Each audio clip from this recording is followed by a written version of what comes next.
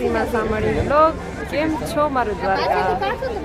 આજે છે મહાશિવરાત્રી, તો બધાને હેપી મહાશિવરાત્રી. અમે આજે અત્યારે આવ્યા છીએ ભડકેશ્વર મહાદેવના દર્શન કરવા.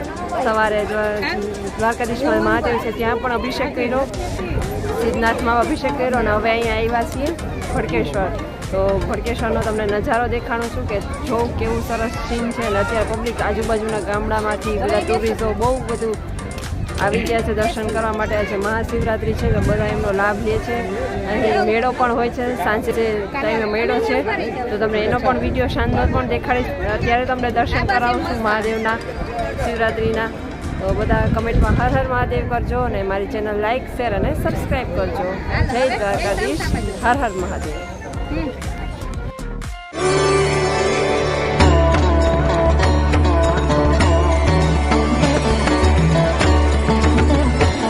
અત્યારે આપણી સાથે છે ભડકેશ્વર મહાદેવના પૂજારી શ્રી. તો આપણે જે શિવરાત્રિનું મહત્વ કહેશે અને જે ચારપુરની પૂજા થઈ છે એનું પણ મહત્વ આપણને કહેશે. તો ચાલો એમની સાથે વાત કરીને શિવરાત્રિનું મહત્વ સમજીએ. હર હર મહાદેવ. આ ભડકેશ્વર મહાદેવનું મંદિર છે. આજથી 30 વર્ષ પહેલાં આ દિવસનું જ મહત્વ હતું અહીંયા, કારણ કે આગળ ખાડો હતો, તેમાં પાણી જ રહેતું. એવી લોકમાન્યતા હતી કે ભડકેશ્વર મહાદેવ શિવરાત્રિના એક જ દિવસ દર્શન દે છે, પણ આપણે અડચણ હતી.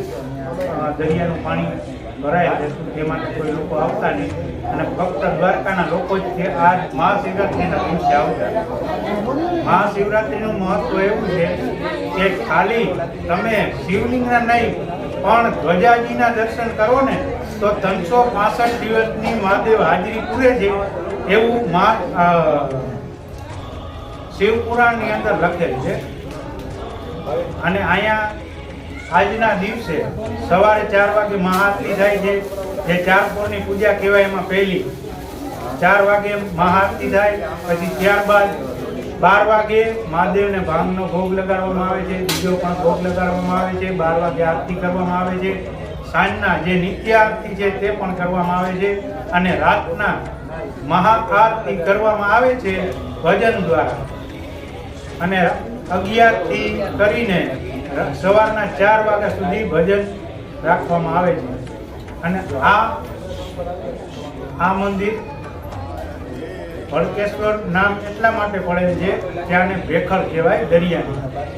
આ મહાદેવ ભેખડની અંદરથી નીકળેલ છે, તેના માટે આને ભડકેશ્વર મહાદેવ કહેવામાં આવે છે.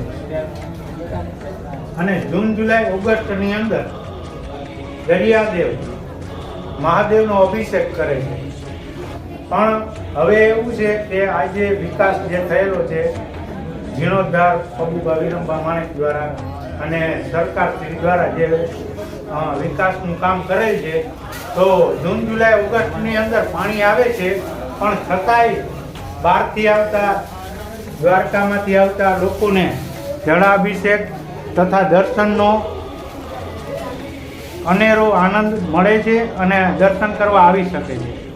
આજે જે આ વિકાસનું કાર્ય થયેલ છે, ઉપર ડેરાની બદલે શિવલિંગ આકારમાં મંદિર બનાવેલ છે, તેના ઉપર ભડકેશ્વર મહાદેવ મંદિરે આરતી વગાડતા ગ્રુપે મહાકાલેશ્વરના ભવ્ય દર્શન ભક્તોને કરાવેલ છે. અને ભક્તો તે દર્શન કરી અને ખૂબ ધન્યતા અનુભવે છે. પહેલે ઉપરથી આવતા તમામ ભક્તોને મહાકાલના દર્શન થાય છે, ત્યારબાદ ભડકેશ્વર મહાદેવના દર્શન થાય છે. અને તે ગ્રુપનો ખૂબ ખૂબ આભાર માનું છું. હર હર મહાદેવ.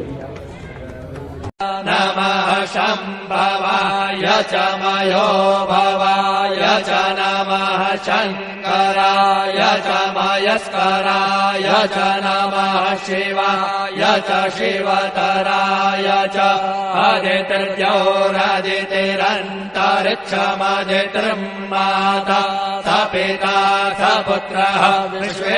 નમઃ શંભવાય ચ મયો ભવાય ચ નમઃ શંકરાય ચ મયસ્કરાય ચ નમઃ શિવાય ચ શિવતરાય ચ આદિત્યોરાદિતિરંતરિક્ષમદિત્રિમ માતા સ પિતા. હર બોલા હર હર મહાદેવ, હર બોલા હર હર મહાદેવ, હર બોલા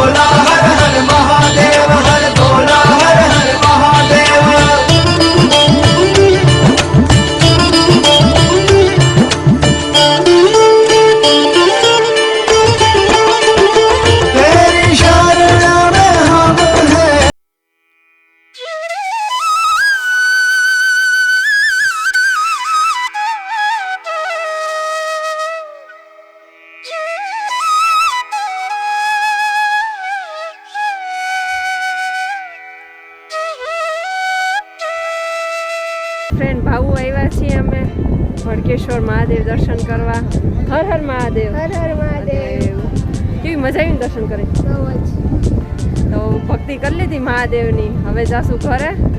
હા. પછી હજી ફરાળ પણ બનાવી છે મારા ઘરે જઈને.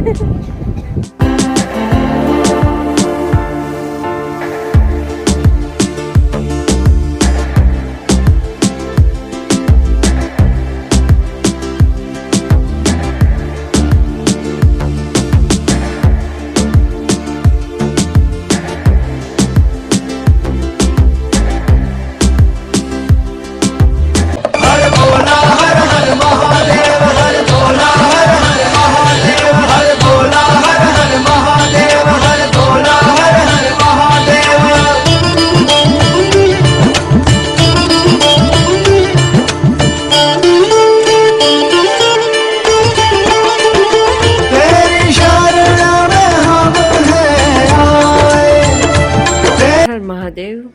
ફ્રેન્ડ્સ, તો મેં મારા ઘરે ભગવાનને ભોગ લગાડ્યો છે. આજે શિવરાત્રિ છે તો બધાને હેપી મહાશિવરાત્રિ. ભગવાનના ફરાળ જ ફ્રૂટ્સ અને ફરાળ મેં ધરાવ્યા છે ભોગમાં. મહાદેવ આપણો ભોગ સ્વીકારી લેજો. મહાદેવ હર હર મહાદેવ. મારા ઘરે આ શિવલિંગ છે. મેં ભડકેશ્વર બધી જગ્યાએ પૂજા કરી છે, પછી ઘરે પણ મહાદેવને ભોગ લગાડ્યો છે. હર હર મહાદેવ.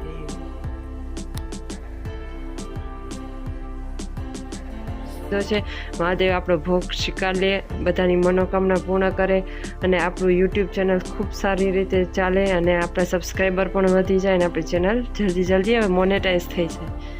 તો બધાની મનોકામના મહાદેવ પૂર્ણ કરે. આપણે એ જ પ્રાર્થના કરશું મહાદેવને કે બધાની ઈચ્છા મનોકામના પૂર્ણ કરે. સર્વોપરી પ્રેમે શિવ શંકર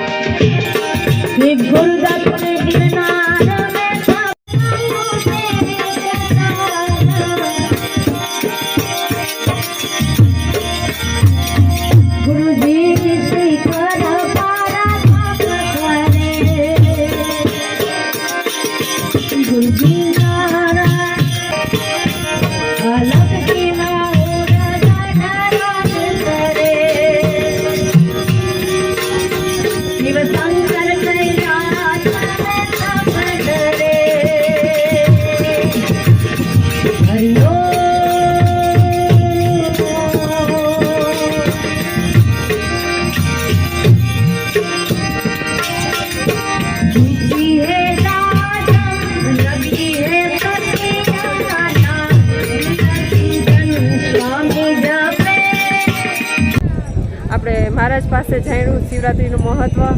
તો ભડકેશ્વરનો નજારો પણ દેખાડી દીધો તમને, મેળાનો પણ વ્યૂ તમને બતાવી દીધો. જે આપણે તો મારા ચેનલને લાઇક, શેર અને સબસ્ક્રાઈબ કરવાનું ભૂલશો નહીં. વધુને વધુ વિડીયો લોકો સુધી શેર કરજો. હર હર મહાદેવ. જય શ્રી કૃષ્ણ.